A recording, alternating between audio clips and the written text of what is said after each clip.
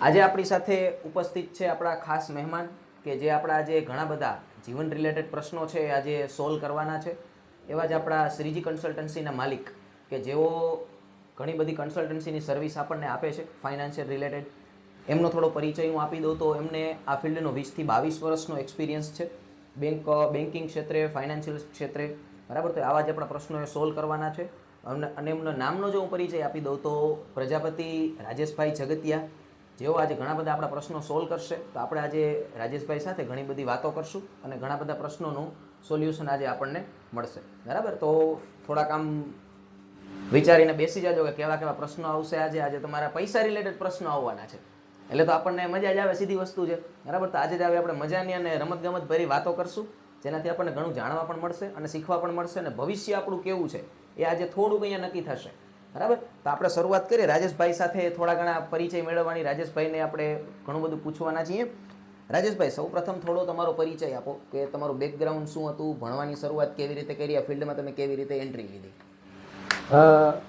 નમસ્કાર મિત્રો, સૌપ્રથમ પરિચય મારો ટૂંકમાં આપી દઉં તો મારું ગામડાથી ભણેલો છું, નાના ગામમાંથી મોટો થયેલો છું અને મારું એજ્યુકેશન BBA MBA કરેલું છે.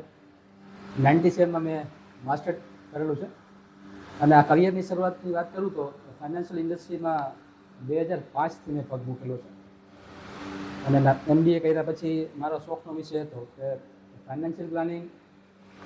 આપણા સમાજની વાત કરીએ અથવા તો આપણા ભારત દેશની વાત કરીએ એટલે ફાઇનાન્શિયલ પ્લાનિંગ એવું હોય કે માણસો જ્યારે ખબર પડે કે હવે પૈસાની જરૂર છે ત્યારે માણસ પ્લાનિંગ કરવા નીકળતો હોય, પણ એ પ્લાનિંગ કેવી રીતના કરવું એ પહેલેથી મારો શોખનો વિષય બની ચૂક્યો છે. એટલે 2005થી આ ઇન્ડસ્ટ્રીમાં છું અને 2005થી લઈ અને ટીલ નાવ 2025 ચાલે છે, 20 વર્ષથી આ ઇન્ડસ્ટ્રીમાં કામ કરીએ છીએ. અને કામની વાત કરું તો સૌરાષ્ટ્રમાં ઘણા બધા તાલુકાઓમાં, ઘણા બધા જિલ્લામાં કામ કરું છું. Yes, okay. હવે રાજેશભાઈ, આમાંથી મને પ્રશ્ન એ થાય છે અત્યારે ઓડિયન્સમાંથી કે અત્યારે કયા લોકોને ફાઇનાન્સિંગ કરવાની જરૂરિયાત છે અને કેવી રીતે ફાઇનાન્શિયલ કરવું જોઈએ, કેવી રીતે ફાઇનાન્સિંગ કરવું જોઈએ, મતલબ કેવી રીતે એને રોકાણ કરવું જોઈએ, કેવી રીતે ઇન્વેસ્ટમેન્ટ કરવું જોઈએ, એની થોડી ઓડિયન્સને માહિતી આપો. રોશનભાઈ, ફાઇનાન્શિયલ પ્લાનિંગની વાત કરીએ આપણે તો આ દુનિયામાં જે માણસ સંસારમાં જીવે છે એ દરેક માણસને ફાઇનાન્શિયલ પ્લાનિંગ કરવું જરૂરી છે. જે માણસ સમાજ સાથે કનેક્ટેડ છે, એના પરિવાર સાથે કનેક્ટેડ છે અને ફાઇનાન્શિયલ પ્લાનિંગ 100% કરવું જોઈએ. જ્યારે માણસ કમાતો થાય, એક એની પોતાની જીવનની એક જવાબદારીમાંથી માણસ જ્યારે આવતો હોય ત્યારથી લઈ અને જે માણસ જીવનકાળમાં જ્યારે મુક્ત બને ત્યાં સુધી ફાઇનાન્શિયલ પ્લાનિંગ એની જીવન સાથે રહેશે. ઓકે. હવે અત્યારે ફાઇનાન્સિંગ કરવાના રાજેશભાઈ ઘણા બધા રસ્તાઓ છે, SIP છે, મ્યુચ્યુઅલ ફંડ છે, ઘણા બધા ઇન્વેસ્ટિંગ છે, રિયલ એસ્ટેટ છે. તો કયો એવો રસ્તો છે કે જેની અંદર ફાઇનાન્સિંગ છે બેસ્ટ છે અને ભવિષ્યમાં કોઈ ખતરો નથી એમાં? પ્રશાંતભાઈ, ફાઇનાન્શિયલ પ્લાનિંગની વ્યાખ્યાની વાત કરું તો વ્યાખ્યાની ઘણી બધી થઈ શકે.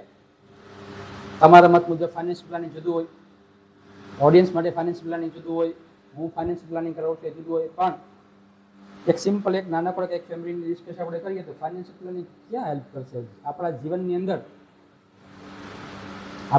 અંદર પ્લાનિંગનું મહત્વ શું હોય? આપણા જીવનની અંદર નાણાકીય પ્રશ્નો ભવિષ્યમાં ઘણા બધા આવવાના હોય છે અને એ નાણાકીય પ્રશ્નો કદાચ વ્યક્તિ જો પૂરી રીતે એને રિઝોલ્વ ન કરી શકે અથવા એની વ્યવસ્થા ન કરી શકે તો માણસની આર્થિક વ્યવસ્થા એકદમ નીચે આવી જતી હોય છે. અને ન્યાય એમ કહી શકાય કે ફાઇનાન્શિયલ પ્લાનિંગ યોગ્ય સમયે યોગ્ય દિશામાં જો થયું હોય તો આવનારા ફ્યુચરના બધા જ ખર્ચાઓ, એને જોયેલા બધા જ સપનાઓ ઇઝીલી પૂરા કરી શકાય. એના માટે અમે 2-3 વસ્તુ ફાઇનાન્શિયલ પ્લાનિંગ અમે હેલ્પ કરતા હોઈએ કસ્ટમરને. એમાં લાઈફ ઇન્સ્યોરન્સ પાર્ટ આવે, એમાં મ્યુચ્યુઅલ ફંડ આવે, એમાં હેલ્થ ઇન્સ્યોરન્સ આવે. એટલે આ બધી જરૂરિયાતને ધ્યાનમાં લઈ અને કસ્ટમરની ભવિષ્યના આવનારા ખર્ચાઓ, કસ્ટમર છે એ કઈ લાઈફમાં જીવે છે એ બધું ધ્યાનમાં રાખી અને અમે કન્સલ્ટેશન કરતા હોઈએ અને એની પ્લાનિંગ આપતા હોઈએ. ઓકે. હવે રાજેશભાઈ, તમે પ્રજાપતિ સમાજમાંથી છો તો તમારી જે કન્સલ્ટન્સી છે એ સ્પેશિયલી પ્રજાપતિ સમાજને અથવા તો જે પણ બીજા લોકો છે, બરાબર, આ બંનેમાં કોઈ વધારે કે એકેય વસ્તુમાં બેનિફિટ કે એવું કંઈ ખરું ગવર્મેન્ટ તરફથી એવી કોઈ સંસ્થા કે એવું કંઈ પણ વસ્તુ કે જેનાથી કોઈ સમાજને વધારે ફાયદો થાય એવું આમાં કોઈ વસ્તુ હોય છે? ના, આપણી કન્સલ્ટન્સી પબ્લિક માટે, બધા માટે ખુલ્લી મૂકેલી છે. કોઈ સ્પેશિયલાઇઝેશન, કોઈ કેટેગરાઇઝ કરેલી વસ્તુ કોઈ નથી કે આ પર્ટિક્યુલર XYZ સર્વિસીસ છે તો આ કમ્યુનિટીને આપવી. અહીંયા અમારી કન્સલ્ટન્સીમાં આવેલા દરેક વ્યક્તિને સર્વિસ ઇક્વલ સર્વિસ આપવાનો પ્રયત્ન અમારો હોય છે. ઓકે. હવે મારો એક ક્વેશ્ચન એ છે રાજેશભાઈ કે આ એસઆઈપી શું છે, સરળ ભાષામાં મારી પબ્લિકને સમજાવો, કારણ કે એ અવેર જ નથી એમ. તો એને તમારી એને સાદી અને આપણી કાઠિયાવાડી ભાષામાં એને સમજાવો કે એસઆઈપી એટલે થાય શું અને એમાં કરવાનું શું હોય. પસંદ એસઆઈપી શબ્દ છે ને અત્યારે બહુ પ્રચલિત થયેલો વર્ડ છે. કદાચ બાળકો કદાચ ભણવા જતા હશે ને, સ્કૂલમાં જતા હશે તો પણ એસઆઈપી શબ્દ સાંભળતા હશે. બાળકો મોબાઈલમાં કંઈ સર્ચિંગ કરતા હશે ને તો પણ એસઆઈપી શબ્દ સીધો આવતો હશે. પણ માણસો હજી એમ કેમ કે અજ્ઞાનતા ઘણી બધી છે એસઆઈપી વિશે.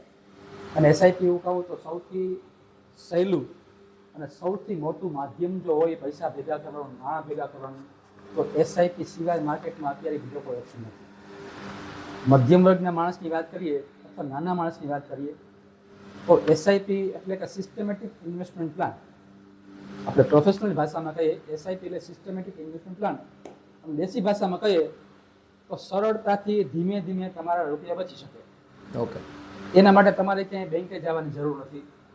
એના માટે તમારે કોઈ વ્યક્તિનો સંપર્ક કરવાની જરૂર નથી. એક વખત અમારા ફાઇનાન્શિયલ કન્સલ્ટન્ટનું માર્ગદર્શન હેઠળ તમને જે સજેશન આપ્યું એ ફંડમાં ઇન્વેસ્ટમેન્ટ કર્યું હોય અને તમારે જ બેંક એકાઉન્ટમાંથી દર વર્ષે તમે જે તારીખ નક્કી કરેલી હોય, તમે જે રકમ નક્કી કરેલી હોય એ રકમ તમારે એક ફંડમાં ભેગી થતી હોય છે. અને એ રકમ તમે જે હેતુ નક્કી કર્યું હોય કે આ પૈસા મારે 10 વર્ષે, 20 વર્ષે, 25 વર્ષે ક્યારે ઉપયોગ કરવો, એ ફંડ એ મુજબનું ભેગું થતું હોય.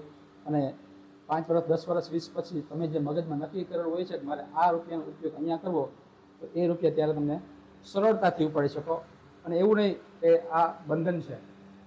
તમે નક્કી કરેલા સમય મુજબ કદાચ એવું પણ બને કે ભવિષ્યની અંદર કંઈ અણધાર્યો ખર્ચો આવી ગયો અથવા તો અણધારી એક આકસ્મિક જરૂરિયાત આવી ગઈ તો પણ તમે એ એસઆઈપીમાંથી પૈસા વિથડ્રો કરી શકશો. એટલે કહેવાનો ભાવ પસંદ એવો છે કે એસઆઈપી છે એકદમ ફૂલ્લી ફ્લેક્સિબલ ઇન્વેસ્ટમેન્ટ વસ્તુ છે કે ગમે ત્યારે ઇન્વેસ્ટમેન્ટ કરી શકો, ગમે તે રીતે કરી શકો અને ગમે એવી રકમથી કરી શકો. મિનિમમ 100 રૂપિયા મંથલી પૂરતી થઈ શકે. ઓકે. વાહ, તો ઓડિયન્સ માટે આ વસ્તુ તો બહુ સમજવા જેવી છે કે જો તમે 100 રૂપિયા બચાવીને ભવિષ્ય તમારું જો સુધારી શકતા હોય તો 100 રૂપિયાની હાલમાં જોઈએ તો કોઈ કિંમત જ નથી. એવરેજ જોવા જઈએ તો 100 રૂપિયાનું અત્યારે કાંઈ માર્કેટમાં નથી આવતું, બરાબર. તો રાજેશભાઈ જેવા જો સલાહકાર આપણી પાસે બેઠા હોય તો આપણે એ 100 રૂપિયાને આપણે કેવી જગ્યાએ ઇન્વેસ્ટ કરી શકીએ એ ખરેખર શીખવા જેવી બાબત હતી અત્યારે, જો ઓડિયન્સને સમજમાં એવી હોય તો, બરાબર. અને શીખવા જેવું છે આ વસ્તુ કે એસઆઈપી કેવી રીતે થાય. અને સરળ ભાષામાં ખૂબ રાજેશભાઈ તમે બહુ સરસ જવાબ આપ્યો, સરળ ભાષામાં પબ્લિક સમજી શકે એવો.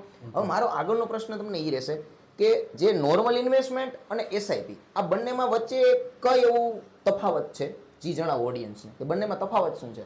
મ્યુચ્યુઅલ ફંડની ઇન્ડસ્ટ્રીમાં વાત કરીએ તો બે રીતે ઇન્વેસ્ટમેન્ટ થતા હોય. એક મ્યુચ્યુઅલ ફંડ, જો કે SIP is a mutual fund જ કહી શકાય, પણ સિસ્ટમેટિક ઇન્વેસ્ટમેન્ટ પ્લાન કરતા હોય એનું નામ આપણે એસઆઈપી આપ્યું. અને બીજું ઇન્વેસ્ટમેન્ટ જેને લમસમ ઇન્વેસ્ટમેન્ટ કહી શકાય, એટલે એકી સાથે રોકાણ થઈ શકે. ઘણી વખત આપણી પાસે એક સામટા રૂપિયા આવી જતા હોય, કોઈ પ્રોપર્ટી વેચી હોય અથવા તો ક્યાંયથી કોઈ બોનસની રકમ આવી હોય અથવા તો ક્યાંયથી કોઈ ગિફ્ટની મોટી રકમ આવી હોય તો એ જ પૈસા આપણે બેંક એફડીમાં રાખી અને 6-7% વ્યાજથી મૂકતા હોઈએ આપણે, જેનાથી એ બેટર છે કે આપણે એ જ પૈસા મ્યુચ્યુઅલ ફંડની અંદર એકી સાથે પૈસા મૂકી દેવા. હવે બેંકમાં આપણે સમજીએ છીએ કે મેક્સિમમ 6 થી 7% એવરેજ રિટર્ન આપણે બેંક વ્યાજ આપે છે. તો આપણા દેશની વાત કરીએ તો આપણા દેશનો ફુગાવાનો દર પણ 6.5%, 7% જેવો ચાલે છે. તો હવે એની રિટર્નની વાત કરીએ તો જો ફુગાવો જો 7%થી વધે છે અને રિટર્નની વ્યાજ પણ આપણે 6-6.5% મળતું હોય તો એનો મતલબ એવો થયો કે આપણે જે એફડી કરીએ એ એફડી આપણે ભવિષ્યનો લોસ કરીએ છીએ. કેમ કે આજના 1 લાખ રૂપિયાની ખરીદ શક્તિ 1 વર્ષ પછી એની 1,06,000 અથવા 1,07,000 થવાની છે, કેમ કે ફુગાવો વધે છે. ઓકે. તો વ્યાજ છે એની ઇન્કમની વાત કરીએ તો 1 વર્ષ પછી 2 વર્ષથી ફુગાવાની સાથે જો કમ્પેર કરીએ તો 0 થઈ જાય પ્રશાંતભાઈ. ઓકે. એટલે આપણે એવી સલાહ આપીએ છીએ કે એ પૈસા તમે મ્યુચ્યુઅલ ફંડમાં જો પાર્ક કરો તો તમને એક અપેક્ષા કરતાં સારું રિટર્ન મળે. અને ફુગાવાને જો બીટ કરી શકતું હોય આજની દુનિયામાં આપણા દેશની અંદર ફુગાવાને બીટ કરવા માટે માત્ર ને માત્ર મ્યુચ્યુઅલ ફંડ છે કે બીજો કોઈ રસ્તો નથી. ઓકે. તો ઓડિયન્સને બહુ સમજવા જેવી માહિતી આપી છે રાજેશભાઈએ કે તમે ભેગું ઇન્વેસ્ટમેન્ટ ન કરો, બેટર છે કે એસઆઈપી કરો. એસઆઈપી એટલે શું છે કે સિસ્ટમેટિક ઇન્વેસ્ટમેન્ટ પ્લાન, અને એના માટે આવડા અનુભવી ફંડ મેનેજર તમારી સાથે હોય છે, બરાબર, કે એ લોકો ઇન્વેસ્ટ કરી દે છે તમને. એટલે ભેગા પૈસા ઇન્વેસ્ટ કરવા અને થોડા થોડા કરીને ઇન્વેસ્ટ કરવા, તો જે થોડા થોડા કરીને આપણે ઇન્વેસ્ટ કરીએ છીએ એસઆઈપીની અંદર, એમાં તમને વધારે બેનિફિટ રહેશે, નહીં કે ભેગાથી કરવામાં. બરાબર, ભેગાથી કરવામાં શું થશે, માર્કેટનો ફુગાવો વચ્ચે તો પ્રોબ્લેમ થશે તમને. બીજું, તમે એફડી કરો છો તો તમને વ્યાજમાં પણ ક્યાંક પ્રોબ્લેમ આવે છે, થોડું ઘણું વ્યાજ ઓછું મળતું. જ્યારે એસઆઈપીની અંદર તમને વ્યાજ દરે ઊંચો મળે છે, અને ભવિષ્યની અંદર તમારે જે તમે ધારેલા સપનાઓ છે તમે ક્યાંક ને ક્યાંક આરામથી પૂરા કરી શકો છો. આવું રાજેશભાઈનું કહેવાનું થાય છે, બરાબર. એટલે ઓડિયન્સે સમજવા જેવો મુદ્દો હતો, અત્યારનો જે છેલ્લો હમણાં પ્રશ્ન હતો, બરાબર છે. રાજેશભાઈ, મારો આગળનો પ્રશ્ન એવો રહેશે કે કોઈ પણ વ્યક્તિ આજે નવું ઇન્વેસ્ટમેન્ટ ચાલુ કરે છે એસઆઈપીની અંદર, તો એને કઈ કઈ બાબતો ધ્યાને રાખવી જોઈએ? પ્રશ્ન સિમ્પલ છે. જ્યારે રોકાણ કરવા ઈચ્છતો હોય ત્યારે એમના મગજમાં એક ધ્યેય ફિક્સ હોય, એક ગોલ નક્કી હોય કે મારી પાસે 1 લાખ રૂપિયા છે, તો મારે આ 1 લાખ રૂપિયાનો ઉપયોગ ક્યારે કરવો છે. અમારો કસ્ટમર પાસે સિમ્પલ એક જ ક્વેશ્ચન હોય કે તમે રોકાણ કરવા માટે જે મૂડી મને આપો છો એ મૂડીનો ઉપયોગ તમારે ક્યારે અને કેવી રીતના કરવો છે. જો મને એ ખબર હોય અને કસ્ટમરને ખબર હોય કે મારે આ પૈસાનો ઉપયોગ ક્યારે કરવો છે, તો એ સમયે આપણે કયા ફંડમાં ઇન્વેસ્ટમેન્ટ કરવું જોઈએ એમાં કસ્ટમરને સલાહ આપતા હોય. કારણ કે માર્કેટની અંદર આપણે દેશની અંદર અત્યારે 46 કંપની કામ કરે છે, 46 AMC પ્રેઝન્ટ ઇન ઇન્ડિયા. એમાંથી દરેક કંપની પાસે 50-60 ફંડ હોય છે, અને દરેક ફંડનું ઇન્વેસ્ટમેન્ટ પોર્ટફોલિયો અલગ અલગ હોય છે. એટલે જો હોલ્ડિંગ પીરિયડની આપણે ખબર હોય તો હોલ્ડિંગ પીરિયડ મુજબ કસ્ટમરને રિસ્ક એપેટાઇટ કેટલી છે એ ધ્યાનમાં રાખી અને સલાહ આપતા હોય. એટલે એને એવરેજ રિટર્ન, અને જ્યારે પૈસા જ્યારે કસ્ટમરની ઈચ્છા પ્રમાણે જોતા હોય ત્યારે એક સારું રિટર્ન આપી શકીએ, અને ઇન ફ્યુચર જ્યારે માર્કેટ અપ્સ એન્ડ ડાઉન હોય તો એના બેનિફિટ લઈ શકાય. ને ભવિષ્યમાં વચ્ચે વચ્ચે સમય આવતો હોય, માર્કેટ જ્યારે ડાઉનફોલ આવતો હોય તો એ ફંડને સ્વિચ પણ કરી શકાય. ઓકે, તો રાજેશભાઈ બહુ સરસ આ બાબતમાં પણ માહિતી આપી કે જે નવા રોકાણકારો છે, કોઈને ઉદાહરણ તરીકે તમારામાંથી જો કોઈને એસઆઈપી કરવું છે, હજી સ્ટાર્ટ જ કરવું છે આ મહિનેથી ધારો કે, તો તમારે બહુ વધારે બાબતોને ધ્યાનમાં રાખવાની જરૂર નથી.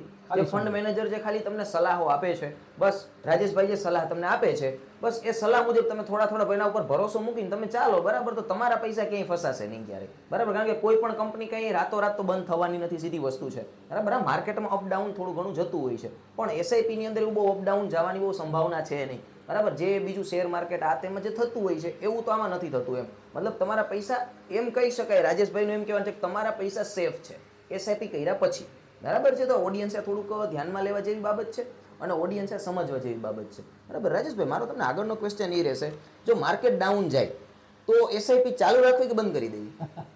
તમે બહુ સરસ પ્રશ્ન પૂછ્યો પ્રશાંતભાઈ. અત્યારે હું તો ઘણા સમયથી આ વ્યવસાયમાં જોડાયેલો છું.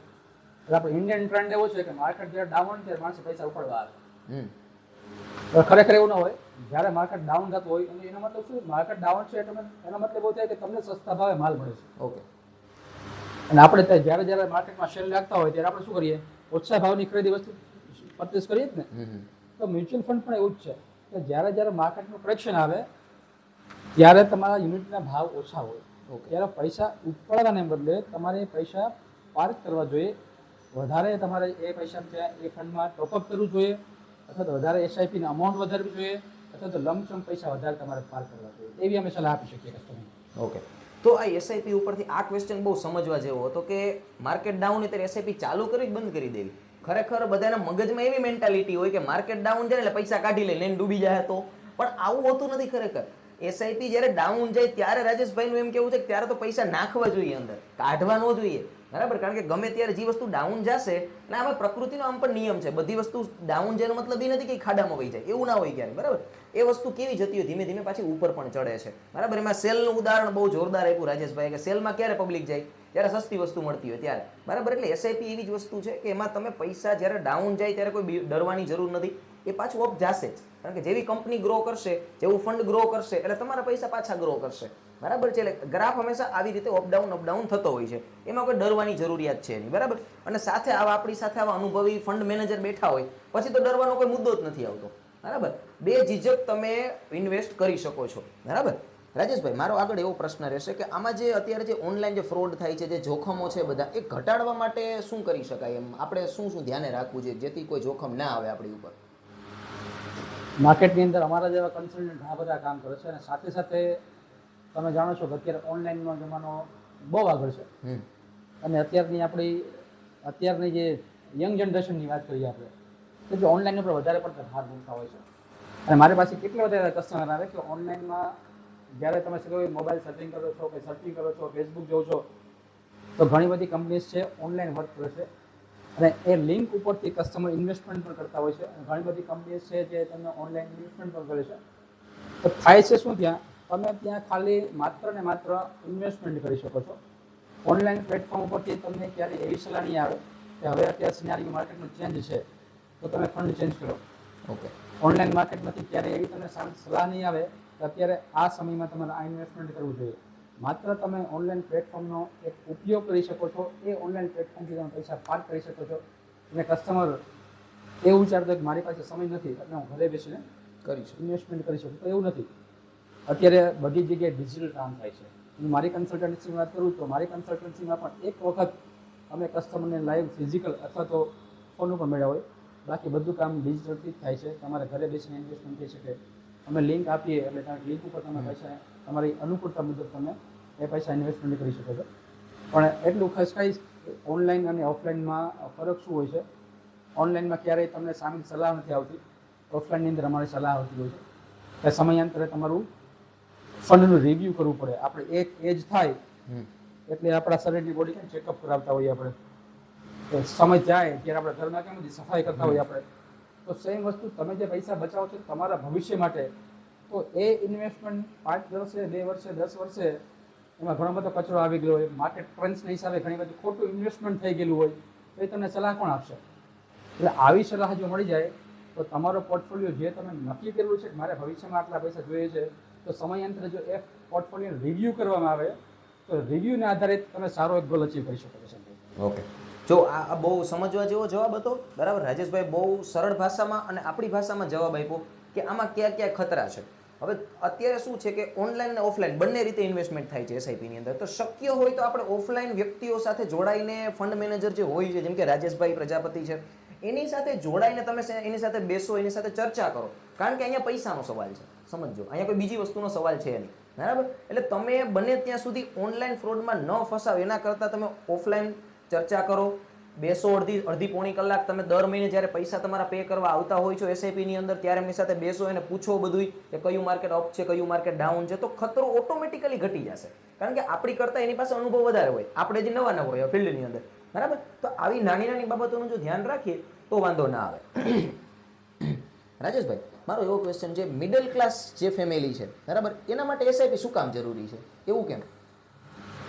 પ્રશ્ન બહુ સારો અને ક્રિટિકલ પ્રશ્ન પૂછો. અત્યારે કોઈ પણ સમાજની વાત કરીએ અથવા તો આપણા દેશની વાત કરીએ તો આપણા દેશમાં 10% માણસો એવા છે કે જેને આવા ઇન્વેસ્ટમેન્ટની કદાચ જરૂર નથી. બાકી 90% માણસો છે કે એને ક્યાંક ને ક્યાંક આવા ઇન્વેસ્ટમેન્ટની જરૂર પડે છે.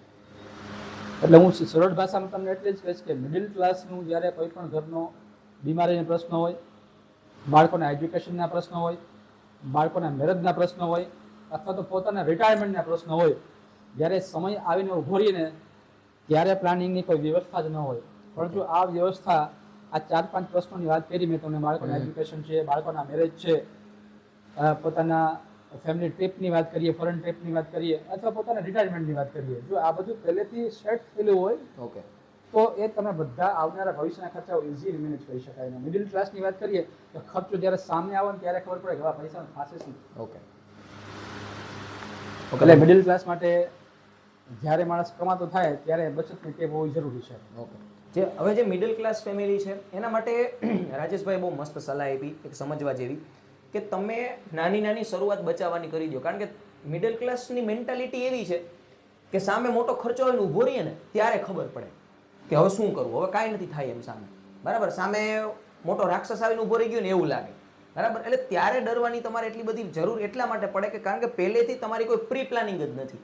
બરાબર, તો રાજેશભાઈ એવી સલાહ આપવા માગે છે પબ્લિકને અને ઓડિયન્સને કે તમે પહેલેથી પ્રી પ્લાનિંગ માર્યો. ખર્ચા અમુક ફિક્સ જ હોય છે, જે બધાને થતા જ હોય છે. બરાબર, તો એના માટે થઈને અત્યારથી થોડું ભેગું કરવાનું ચાલુ કરી દઈએ, એસઆઈપી થોડું કરીએ, અથવા તો મ્યુચ્યુઅલ ફંડમાં રોકાણ કરીએ, તો વાંધો ના આવે. ભવિષ્યમાં કોઈ મોટો ખર્ચો આવે છે તો તમારી પાસે સેફ પૈસા પડ્યા છે, એટલે તમારું કામ રોડવાઈ જશે એવું કહી શકાય. બરાબર ને રાજેશભાઈ? પરફેક્ટ. હવે મારો આગળનો ક્વેશ્ચન એ રહેશે, હવે થોડુંક ઇન્સ્યોરન્સ સેક્શનમાં આપણે જઈએ કે ઇન્સ્યોરન્સ શું છે એના બાબતમાં. આ જીવન વીમો શા માટે? આ પણ અમારી ઓડિયન્સનો ક્વેશ્ચન છે.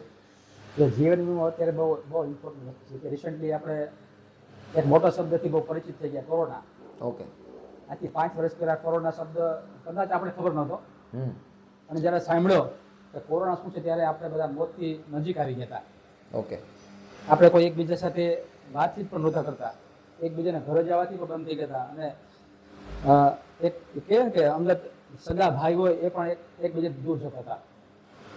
એટલે ત્યારે આપણે બધાએ એવું ફીલ કર્યું કે જ્યારે કોરોના સમયની અંદર સગા ભાઈની ડેથ થાય અથવા તો ફાધર મધરની ડેથ થાય ત્યારે કદાચ આપણે બધા સ્મશાને પણ જઈ શકતા નહોતા. તો એવી પરિસ્થિતિમાં આપણા પરિવારનું કોણ? ઓકે. આપણા પરિવારનું કોણ? હું પ્રશાંતભાઈ એક સિમ્પલ ઓડિયન્સને એક પ્રશ્ન પૂછું કે તમે જ્યાં સુધી કમાવ છો ત્યાં સુધી તમારો પરિવાર સેફ છે માની શકાય? હા, ત્યાં સુધી જ્યાં સુધી એક્ટિવ ઇન્કમ છે ત્યાં સુધી માની શકાય. પણ થોડીક વાર પૂરતા આપણે માની લઈએ કે જો મારી ઇન્કમ બંધ થઈ ગઈ, હું મારા પરિવાર સાથે નથી, તો મારી વાઈફ, મારા બાળકો, મારા ઉપર ડિપેન્ડન્ટ મારા ફાધર મધર, એનું કોણ ધ્યાન રાખશે? એવા 2 નામ લખી શકીએ ખાલી આપણે? કદાચ એ નામ ન લખી શકીએ આપણે. એવી આ દુનિયામાં કોઈ એક વ્યક્તિ નથી કે તમારી ગેરહાજરીમાં તમારા બાળકો, તમારા વાઈફ, તમારા ફાધર મધરને સાચવી શકે. એના માત્ર ને માત્ર એક મોટો ઇન્સ્યોરન્સ જો કવર કર્યો હોય તમને, તમારા બાળકોને, તમારા વાઈફને, તમારા ફાધર મધરને સાચવશે. ઓકે. હા, તો જીવન વીમા વિશે પણ રાજેશભાઈ બહુ સરસ વાત કરી. જીવન વીમો શું વસ્તુ છે? જીવન વીમો એટલે તમે નથી હયાત નથી ધારો કે, છતાં પણ તમારા પરિવારને ક્યાંય પણ કોઈ જાતનો પ્રશ્ન ન રહે એના માટે જીવન વીમો જરૂરી છે. એસઆઈપી તો આખી વસ્તુ જ અલગ છે, જીવન વીમો વસ્તુ અલગ થઈ ગઈ. અહીંયા જોવું તમે, એસઆઈપી છે એ તમે છો નથી, મુદ્દો નથી ત્યાં. એ તો લોંગ ટાઈમમાં તમારા જે ડ્રીમ્સ છે, તમારા જે સપનાઓ છે એ પૂરા કરવા માટેની વસ્તુ છે. પણ અહીંયા તો તમે હાજર જ નથી. તમે હાજર નથી છતાંય તમે જો મજબૂત અને મક્કમ રહેવું હોય તમારે, તો તમારે શું જરૂરી છે? તો એના માટે જીવન વીમો, અને જીવન વીમો લેવો જરૂરી જ છે.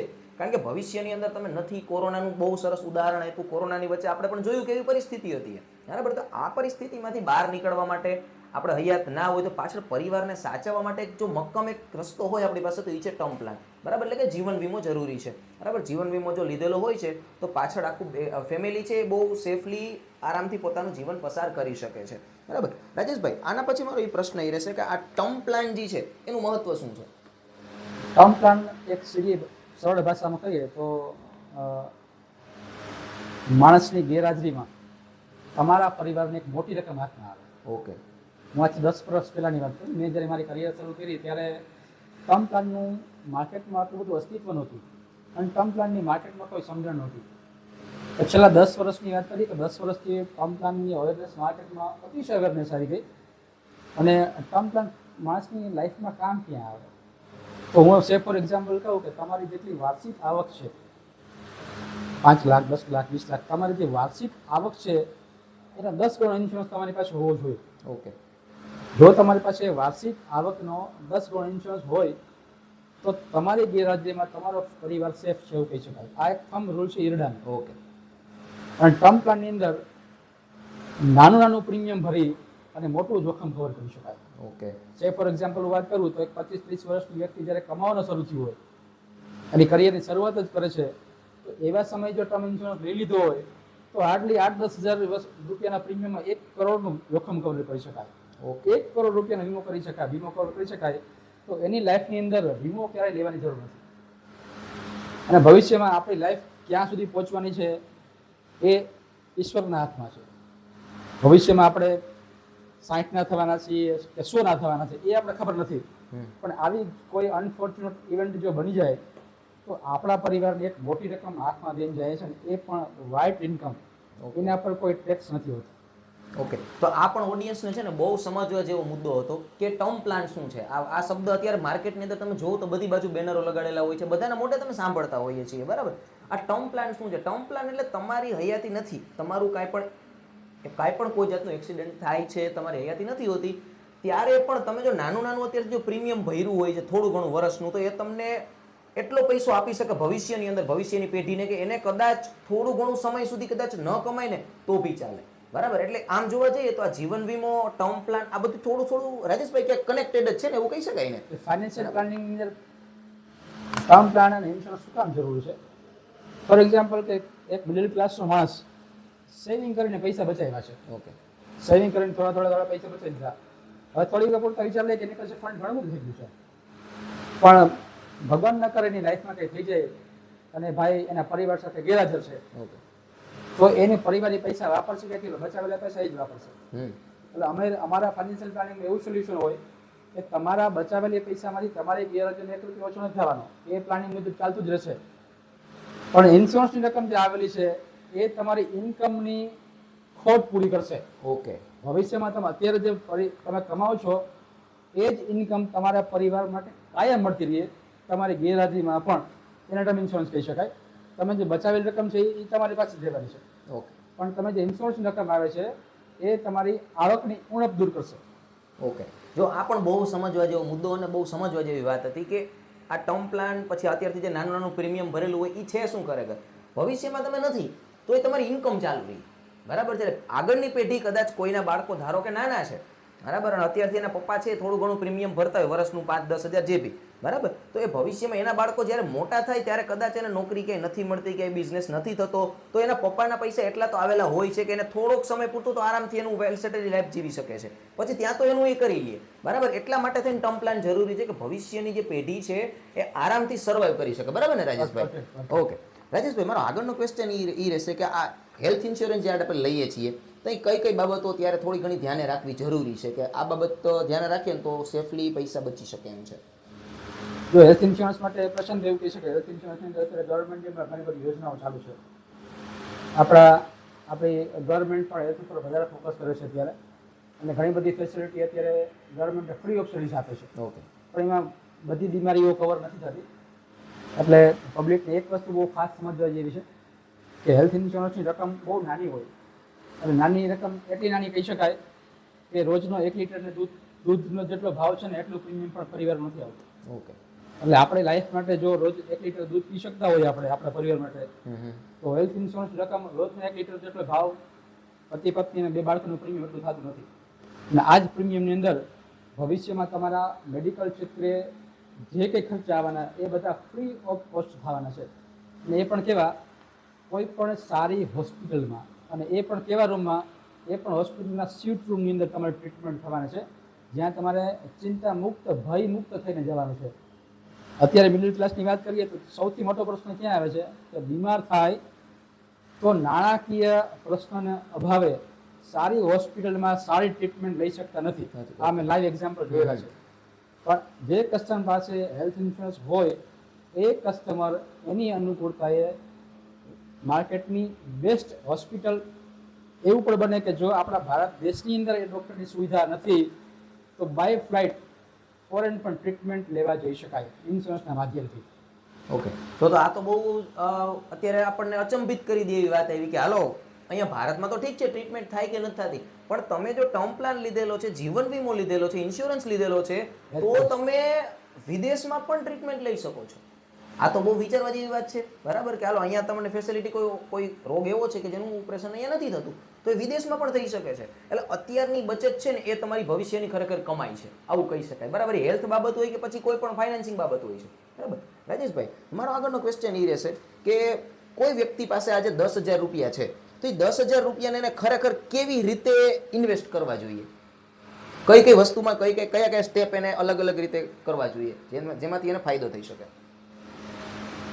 એ પ્રશ્ન એવો છે પ્રશાંતભાઈ કે તમારી પાસે 10,000 રૂપિયા છે, પણ એ 10,000 રૂપિયામાંથી ભવિષ્યમાં કસ્ટમર અત્યાર સુધી કાંઈ ઇન્વેસ્ટમેન્ટ જો કરેલું જ ન હોય તો સૌથી પહેલાં માણસનો પ્રશ્ન કેવો, સૌથી પહેલાં એનું ગોલ હોય પૈસા ભેગા કરવાનો. ઓકે, એટલે જ્યારે માણસ કમાતો થયા ત્યારે એનો સીધી શરૂઆત એવી જ કરે, હું પૈસા ભેગા કરું. હું અત્યારે મિડલ ક્લાસની યંગ જનરેશનની પણ વાત કરું ને, અત્યારે લાઈવ ટ્રેન્ડ ચાલે છે ઓકે, કે જો શરૂઆતની અંદર એની એક નોકરી લાગી ગઈ 20-25,000 રૂપિયાની, તો સૌથી પહેલાં એ શું કરશે, એના શોખના ખર્ચા પૂરા કરશે. એક સારો મોબાઈલ લેશે, એક સારી બાઇક લેશે, એક સારી કાર લેશે. એ પણ એની પાસે પૈસા ન હોય એટલે શું કરે, એક લાયબિલિટી જનરેટ કરે. લાયબિલિટી કેવી, એ ઈએમઆઈ થી પરચેસ કરે. માર્કેટની અંદર દરેક ક્ષેત્રની અંદર ત્યાં લોનની સુવિધા ઉપલબ્ધ છે. એટલે વ્યક્તિની મિડલ ક્લાસની ઇન્કમ થોડી હોય, 20-25-30 હજાર રૂપિયાના પગારથી નોકરીમાં લાગી ગયો હોય, પણ જે 80% માણસો આ ભૂલ કરતા હોય છે, એ ભૂલને હું તમને એના ઉપર ફોકસ કરું છું કે EMI શબ્દ કોમન શબ્દ થઈ ગયો. હપ્તા, માણસને હપ્તાથી કોઈ પણ વસ્તુ મળતી હોય તો હપ્તાથી હાથી પણ વસાવે. અત્યારે એવો ટ્રેન્ડ ચાલુ છે. પણ હપ્તાની રકમ પ્રશાંતભાઈ એટલી જ્યારે મોટી થઈ જતી હોય કે એ હપ્તા ભરવા માટે પછી ફરી પાછી લોન લેવી પડે. ઓકે. અને મેં કેટલા બધા એવા પણ માણસો જોયા છે કે હપ્તાની રકમ મોટી થતી જ્યારે તમારે લોન લેવાનો પ્રશ્ન આવે ને ત્યારે લોનની અંદર એક સિબિલ જેવો શબ્દ તમે સાંભળ્યો હશે. એ સિબિલ ક્યાંક ને ક્યાંક હપ્તા ન ભરવાથી તમારું સિબિલ હિટ કરતું હોય, અને જ્યારે તમારી લાયબિલિટી મોટી થતી હોય ત્યારે સિબિલ તમારે બહુ ખરાબ થઈ ગયું હોય તો કોઈ પણ બેંક તમને લોન આપવા પણ તૈયાર ન હોય. ત્યારે તમારે કોઈ સેલ્ફ ફાઇનાન્સ કંપની પાસે જવું પડે, ત્યારે ઊંચો વ્યાજનો દર તમારે ભરવો પડે, અને તમારી બચેલી રકમ છે એ તમને તમારા યોગ્ય સમયે કામ ના આવે. એટલે જ્યારે તમે પ્રશ્ન પૂછો 10,000 રૂપિયાનું શું કરવું જોઈએ, તો જે માણસ નવો કમાવાની શરૂઆત જ કરતો હોય ત્યારે EMIની લાયબિલિટી ઊભી કરવાને બદલે ભવિષ્યના આવનારા ખર્ચાઓને ધ્યાનમાં રાખી અને જે કંઈ કમાવ છો એમાંથી 20% રકમ બચત કરવી જોઈએ તમારા ભવિષ્ય માટે. ઓકે. તો જો આ પણ બહુ સરસ સમજવા જેવી વાત હતી કે જે હજી નવા કહે કે નવા નિશાળિયા કમાવા ચડે, બરાબર, ત્યારની આ વાત છે કે જો શરૂઆતથી જો થોડીક બુદ્ધિ મારી અને આપણે થોડા પૈસા બચાવવાનું ચાલુ કરી દઈએ. ઉદાહરણ આપણે 10,000નું એટલા માટે લીધું કારણ કે અત્યારે એવરેજ તમે ગામમાં ગમે ને 10,000નું કામ તો કરી જ લેવાના છો ને થોડા ઘણા તો બચતા જ હોય છે. તો એ પૈસામાંથી તમે 20%નું ઇન્વેસ્ટમેન્ટ કરતા શીખો, કારણ કે ભવિષ્યની અંદર જરૂરી નથી કે તમારી જોબ, તમારો બિઝનેસ એ સેફ રહે જ. ક્યાંક એરર આવે થોડોક સમય પૂરતી તો તમારું જે ઇન્વેસ્ટમેન્ટ કરેલું છે એ તમને ફાયદો કરાવે ભવિષ્યમાં, બરાબર ને રાજેશભાઈ? તો આ અત્યારની યંગ જનરેશનને ખરેખર શીખવા જેવી વાત કરી છે, એક અનુભવી વ્યક્તિએ વાત કરી છે, કોઈ હવામાં વાત નથી આ, બરાબર, કે જેની પાસે ઓલરેડી 20-22 વર્ષનો એક્સપિરિયન્સ છે આ ફિલ્ડનો. એ વ્યક્તિ તમને કહે છે કે તમારે અત્યારથી તમે શરૂઆત કરશો ને તો ભવિષ્ય તમારું સુધરશે, બરાબર, બાકી તો તમારું પ્રોબ્લેમ થોડો ઘણો થવાનો જ છે, બરાબર છે. આગળ મારો ક્વેશ્ચન એ રહેશે તમને કે જે લોકો નોકરીની શરૂઆત કરે છે, બરાબર, એ નોકરીમાંથી એને સમય કાઢીને કે પૈસા કાઢીને કેવી રીતે ફાઇનાન્સિંગ કરવું જોઈએ? ઓફલાઈન કરવું જોઈએ, ઓનલાઈન કરવું જોઈએ, કોઈ વ્યક્તિની મદદ લઈને કરવું જોઈએ? શરૂઆત કેવી રીતે કરવી જોઈએ એને? નોકરીની શરૂઆત કરતા હોય તો એની ડ્રીમ મુજબ, એની ભવિષ્યના એક્સપેક્ટેશન મુજબ, અપેક્ષા મુજબ તો એક વ્યક્તિની સલાહ લેવી જોઈએ. કેમ કે દરેક માણસ પાસે કેમ કે તમારો કોઈ પણ સેક્ટરમાં એક સલાહકાર હોય તમારો.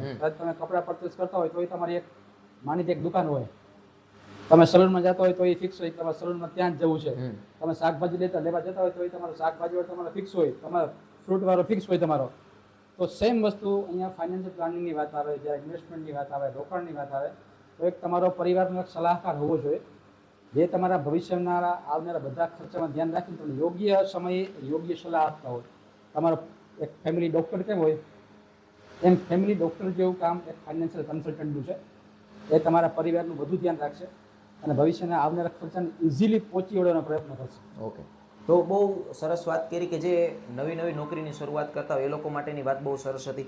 મારો રાજેશભાઈ આગળનો પ્રશ્ન એ રહેશે કે જે નાના શહેરો છે, હાલો મોટા શહેરો તો આપણે સમજીએ કે ભાઈ બેંગ્લોર છે, ગ્રેટર નોઈડા છે, દિલ્હી છે, એ લોકોનો કોઈ પ્રોબ્લેમ, પણ જે નાના શહેરો છે, નાના ગામડા વિસ્તાર કે છે, બરાબર, એ લોકોએ ઇન્વેસ્ટમેન્ટમાં એને થોડોક આજે ડર લાગે છે અમુક વસ્તુઓનો, તો એ ડરમાંથી એને કેવી રીતે બહાર આવવું? અત્યારે ડરની કોઈ જરૂર નથી પ્રશાંતભાઈ. હું વાત કરું ઇન્વેસ્ટમેન્ટની તો બધી વસ્તુ મોબાઈલમાં છે તમારા. અમારા અત્યારે લાઈવ કસ્ટમરની વાત કરીએ તો નાના ગામડા, જે ગામની વસ્તી 500,000 પોપ્યુલેશન વસ્તુ છે, એવા પણ મારી પાસે ક્લાયન્ટ છે. અને બધી વસ્તુ અત્યારે તો ડિજિટલ યુગ છે. ગામડામાં રહેતા માણસો પણ મોબાઈલ યુઝ કરે છે, એન્ડ્રોઈડ ફોન યુઝ કરે છે. એમના ફોનની અંદર જ અમારા સ્ટેટમેન્ટ જતા હોય, એમના જ ફોનની અંદર એને આખો પોર્ટફોલિયો જોઈ શકતા હોય, એમના જ ફોનની અંદર ઇન્સ્યોરન્સની પોલિસી જોઈ શકતા હોય. અને જો એ કસ્ટમર ભણેલા છે તો વિથડ્રો પણ પૈસા ઉપાડવાની ફેસિલિટી પણ એના ફોનમાં જ અવેલેબલ છે. ઓકે. તો રાજેશભાઈનું એવું કહેવાનું થાય છે કે તમારે કદાચ તમે ગમે એ કેપિટલ, ગમે એ સિટીમાંથી છો તો તમારે તમારા પૈસા બાબત ડરવાની કોઈ જરૂરિયાત નથી.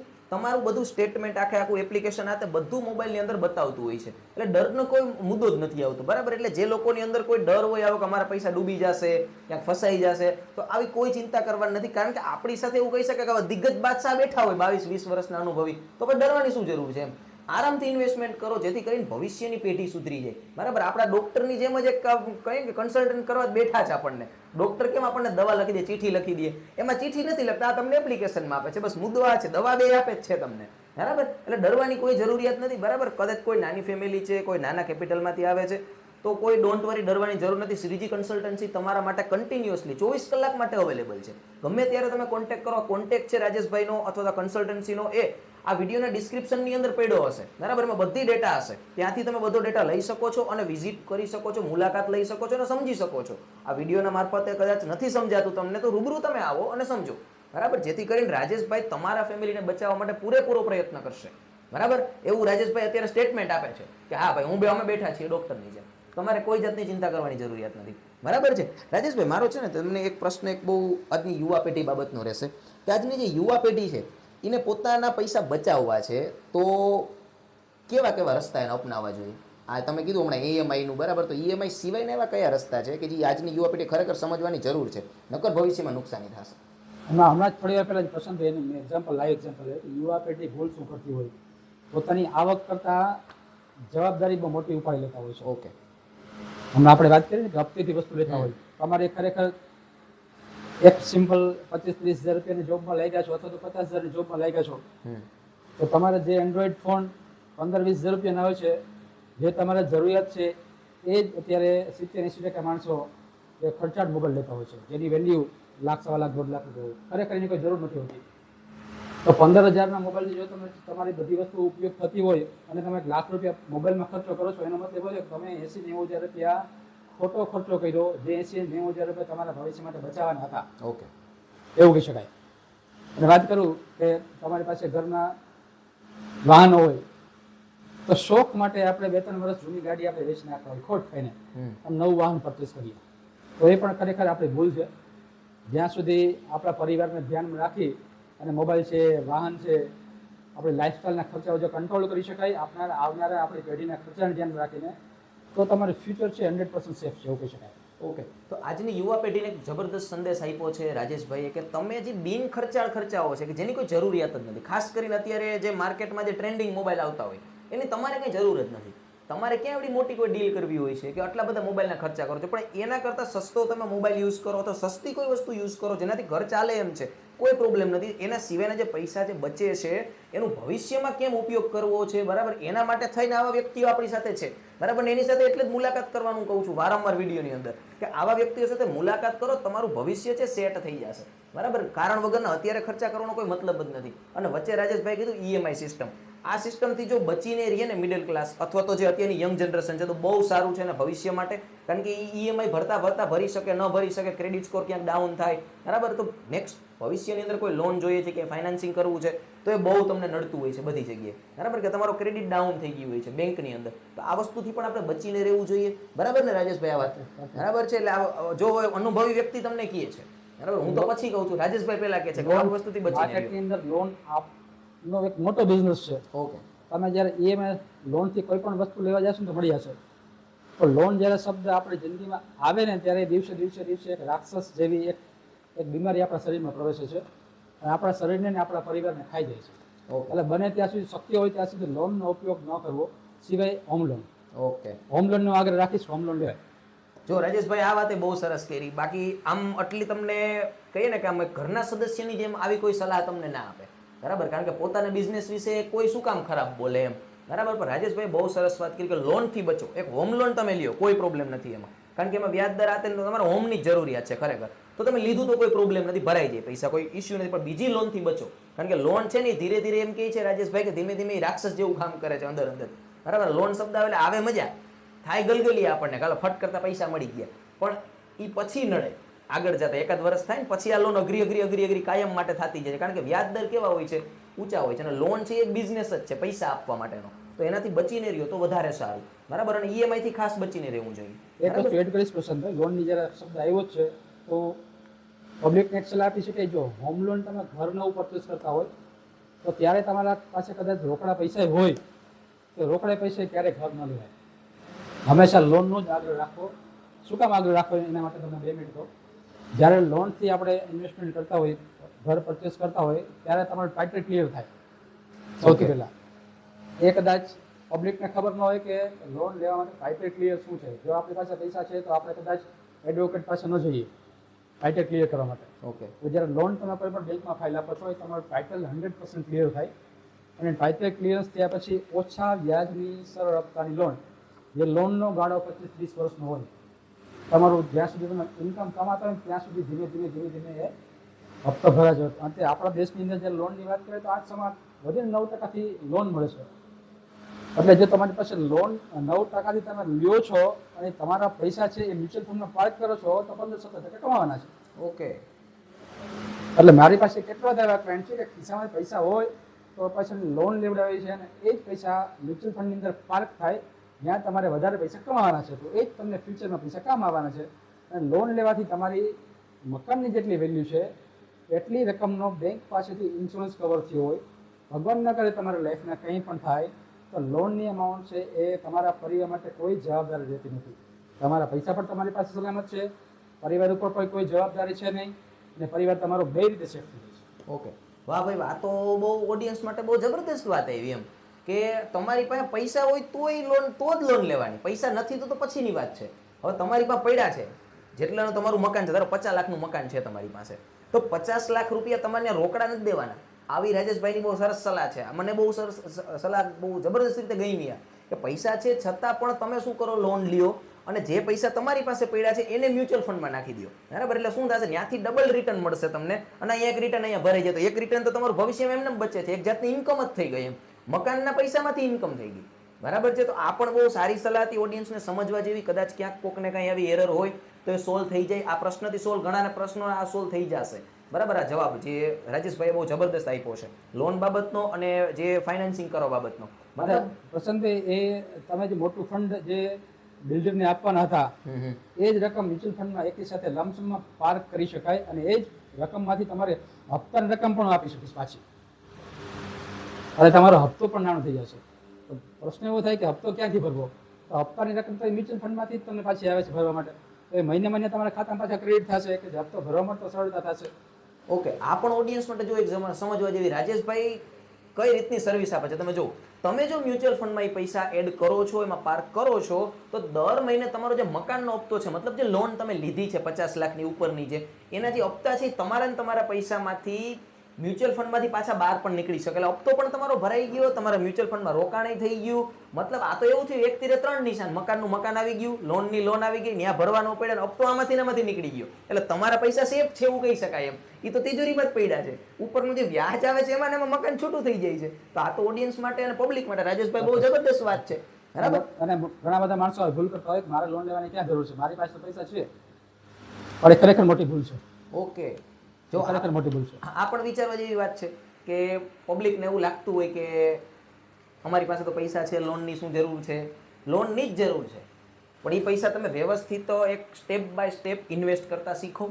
બરાબર? તો વાંધો નહીં આવે. હવે આવા જ આપણી સાથે દિગ્ગજ બાદશાહો બેઠા છે, તો તમે પણ આમની મુલાકાત લ્યો, જાણો શું છે, પછી નિરાતે વિચારીને તમે ઇન્વેસ્ટમેન્ટ લ્યો. બરાબર છે? એટલે તમે એક વસ્તુ કહું છું કે રાજેશભાઈ જેવા જો આપણી પાસે સલાહકાર હોય, બરાબર, તો વાંધો નહીં આવે. બરાબર? અને એની સાથે તમે ચર્ચાઓ કરી શકો છો. બરાબર? લોન માટે પણ અમે સારી સલાહ આપતા હોઈએ છીએ. લોન માટે સારી સલાહ આપે છે. બાકી ડિસ્ક્રિપ્શનની અંદર કોન્ટેક્ટ નંબર બધું આપેલું છે, એટલે તમે એમાંથી ઘરે બેઠા તમને સલાહ આપશે. બરાબર? રાજેશભાઈ જે ઘરે બેઠા તમારું જે પ્લાનિંગ છે આ તે તમને ફાઇનાન્સિંગ આખું સમજાવી દેશે. બરાબર? હવે આવા દિગ્ગજ બાદશાહો બેઠા હોય પછી કોઈ ડરની કોઈ જરૂરિયાત છે નહીં. રાજેશભાઈ, તમારો ખૂબ ખૂબ આભાર કે તમને આટલો ઓડિયન્સને ટાઈમ આપ્યો અને ઓડિયન્સને ઘણું બધું સરળ ભાષામાં સમજાવ્યું. હવે કદાચ એવું બનશે કે ધીમે ધીમે ઓડિયન્સ છે જાગૃત થશે અને ભવિષ્યની અંદર તમારી મુલાકાતે કરશે અને પબ્લિકની અંદર જે અવેરનેસ નહોતી એ તમે લઈ આવ્યા છો અત્યારે આ માધ્યમથી આખે. બરાબર? તો એના માટે અમે પણ તમારો આભાર માનીએ છીએ અને ઓડિયન્સ સાઈડથી પણ અમે તમને થેન્ક યુ કહીએ છીએ, તમારો ધન્યવાદ કરીએ છીએ કે તમે ટાઈમ આપ્યો અને ઓડિયન્સને જે એના પ્રશ્નો હતા જીવન રિલેટેડ એ પ્રશ્નોનું તમે સોલ્યુશન કરી દીધું બધું. એટલે હવે ઓડિયન્સ જે ધીમે ધીમે જાગૃત થશે આપણા પોડકાસ્ટના માધ્યમથી, આ પ્રજાપતિ ગાથા ચેનલની માધ્યમથી હવે પબ્લિકે જાગૃત થવાની જરૂરિયાત છે. બરાબર છે? તો આખી જે ડિટેલ છે એ તમને બધી ડિસ્ક્રિપ્શનમાં મળી જશે આ વિડીયોના. ત્યાંથી તમે કોન્ટેક્ટ કરી શકો છો, એડ્રેસ આ તે બધું તમે ત્યાંથી મેળવી શકો છો. બરાબર? બધી માહિતી તમને મળી જશે. બરાબર છે? તો ખૂબ ખૂબ આભાર રાજેશભાઈ કે તમે ઓડિયન્સને એટલો ટાઈમ આપ્યો અને અમને પણ ટાઈમ આપ્યો અને આટલું બધું તમે સરસ માહિતી આપી. બરાબર છે? ઓડિયન્સને પ્રસન્ન ઓડિયન્સને એક વસ્તુ કહી શકું, સલાહ છે, આ ઇન્ડસ્ટ્રી નાણાકીય ઇન્ડસ્ટ્રી માટે ઇન્ટરવ્યુ તમે ગોઠવેલો છે અને આપણે ફાઇનાન્શિયલ પ્લાનિંગની ઘણી બધી ચર્ચા કરી, મિડલ ક્લાસના માણસોની આપણે ચર્ચા કરી અને અત્યારે લાઈફની અંદર દરેક માણસને એક નવી ઇન્કમની એક જરૂર હોય. ઓકે. દરેક માણસ એક મેન ઇન્કમ હોય તો ભવિષ્યની અંદર તમારા લાઇફસ્ટાઇલ એક્સપેન્સીસ છે એને મેનેજ કરવા માટે તમારે જો સેકન્ડ સોર્સ ઓફ ઇન્કમ તમારી પાસે આવતો હોય તો એ ઇન્કમની અત્યારે 90% માણસોને જરૂર છે. ઓકે. તો અમારી શ્રીજી કન્સલ્ટન્સી એવું પણ એક કામ કરે છે કે જો તમારી પાસે સમય હોય તો તમે એક એક્સ્ટ્રા સોર્સ ઓફ ઇન્કમ શરૂ કરી શકશો. અને આ ઇન્ડસ્ટ્રી, ફાઇનાન્શિયલ ઇન્ડસ્ટ્રી આપણા દેશની અંદર સૌથી મોટી ઇન્ડસ્ટ્રી કહી શકાય કે જ્યાં ઇન્કમનો ગ્રોથ સૌથી મોટો અત્યારે છે આપણા દેશની અંદર. અને આપણી મિડલ ક્લાસના માણસો કે જે અત્યારે રિસન્ટલી નોકરીમાં લાગેલા છે, જેની પાસે રોજ 1-2 કલાકે જો કદાચ વધતી હોય તો અમે એને એક નવા સોર્સ ઓફ ઇન્કમની શરૂઆત કેવી રીતે કરીએ એ પણ અમે ગાઈડન્સ આપીશું. ઓકે. આ પણ એક રાજેશભાઈ બહુ સરસ વાત કરી કે આ કન્સલ્ટન્સીનો ફાયદો શું છે આની સાથે જોડાવાનો, કે અહીંયા તમને એક સાઈડમાં એક કહીએ ને કે એક પેસિવ ઇન્કમ, એક તમારી સાઈડ ઇન્કમ જે તમારે થોડીક વધારવી છે એ ઇન્કમનો પણ અહીંયાથી તમને સોર્સ મળી રહેશે. તો આ તો બહુ ફાયદો થયો ભાઈ. તો હવે આમાં તો એવું કરે, મારી સલાહ તો ઓડિયન્સ રહી છે પર્સનલી કે આઈને કમાઈ લેવાય, આઈને ઇન્વેસ્ટ કરી દેવાય. આ બેસ્ટ, કાંઈ ટેન્શન જ નહીં, સમજાણો, એટલે ઘરમાં જ કાઢવા જ નહીં આપણે ક્યાંયથી, નો પ્રોબ્લેમ. હા, આરામથી થઈ શકે, અહીંથી નહીં કમાવો, આઈને ઇન્વેસ્ટ કરી દો, બરાબર. ને રાજેશભાઈ જેવા સાથે મિત્રો હોય, બરાબર, તમારે એટલે પછી કોઈ પ્રશ્ન જ નથી, બરાબર. રાજેશભાઈ એક મિત્રની જેમ કાર્ય કરશે તમારી સાથે અને તમને એક ઇન્કમનો સ્ત્રોત આપશે, બરાબર. તો રાજેશભાઈ આ તો આનાથી પણ સરળ, બહુ જબરદસ્ત વાત હતી અત્યારે તમે જે છેલ્લે કહી રહી, બરાબર. આના માટે અમે ઓડિયન્સ અને અમે સાથે મળીને અમારી આખી ટીમ તમારો 2 વાર આભાર માને છે કે તમે એક ઇન્કમનો સ્ત્રોત પણ અહીંયાથી સાથે સાથે પબ્લિકને આપો છો. સૌરાષ્ટ્રમાં આપણી પાસે મોર દેન 500 માણસો આપણી સાથે પાર્ટ ટાઈમ કામ કરે છે, second source of income generate કરે છે. ઓકે. જો 500 થી 600 લોકો છે એ લોકો તો અત્યારે ઓલરેડી જોડાઈ ચૂક્યા છે સાઈડ ઇન્કમ જનરેટ કરવા માટે અને કમાય છે, બહુ સારું એવું પોતે ફાઇનાન્સિંગ કરી શકે છે અને કમાઈ શકે છે. તો તમે પણ કેમ નહીં આવો, મુલાકાત લ્યો કન્સલ્ટન્સીની અને તમે પણ એક ફાઇનાન્સિંગ કરતા શીખો અને પ્લસ સાઈડમાં એક ઇન્કમનો સ્ત્રોત ઊભો કરતા શીખો, બરાબર. એ શીખવા માટેની ટ્રેનિંગ પણ રાજેશભાઈ તમને આપશે, એટલે કોઈ પ્રશ્ન નથી. ફ્રી ઓફ કોસ્ટ છે. જો પાછું હાલ પૈસા નથી દેવાના તમારા, હવે તો મફતમાં છે. મફતમાં કોણ તમને કમાવા દે, બરાબર. એટલે આવો મોકો તમને એક જ જગ્યાએ મળશે, જે શ્રીજી કન્સલ્ટન્સી. તો અહીંયા આવીને મુલાકાત કરો રાજેશભાઈની, બરાબર. રાજેશભાઈ તમને ઘણું બધું ગાઈડન્સ આપશે અને ઘણી બધી સલાહો પણ આપશે, બરાબર છે. તો આ સાથે ઓડિયન્સમાંથી જો કોઈને કાંઈ પ્રશ્ન હોય તો નીચે બધું આપેલું છે, પ્લસ તમે કોમેન્ટની અંદર તમારો પ્રશ્ન નાખી દેજો, બરાબર. એ ત્યાંથી પણ તમને જવાબ ઘણો બધો મળી જશે, બરાબર છે. રાજેશભાઈ ખૂબ ખૂબ આભાર તમારો કે તમે ટાઈમ આપ્યો, એટલે ઓડિયન્સને એટલું સરળ ભાષામાં તમે સમજાવ્યું છે, બરાબર. ખૂબ ખૂબ આભાર રાજેશભાઈ તમારો.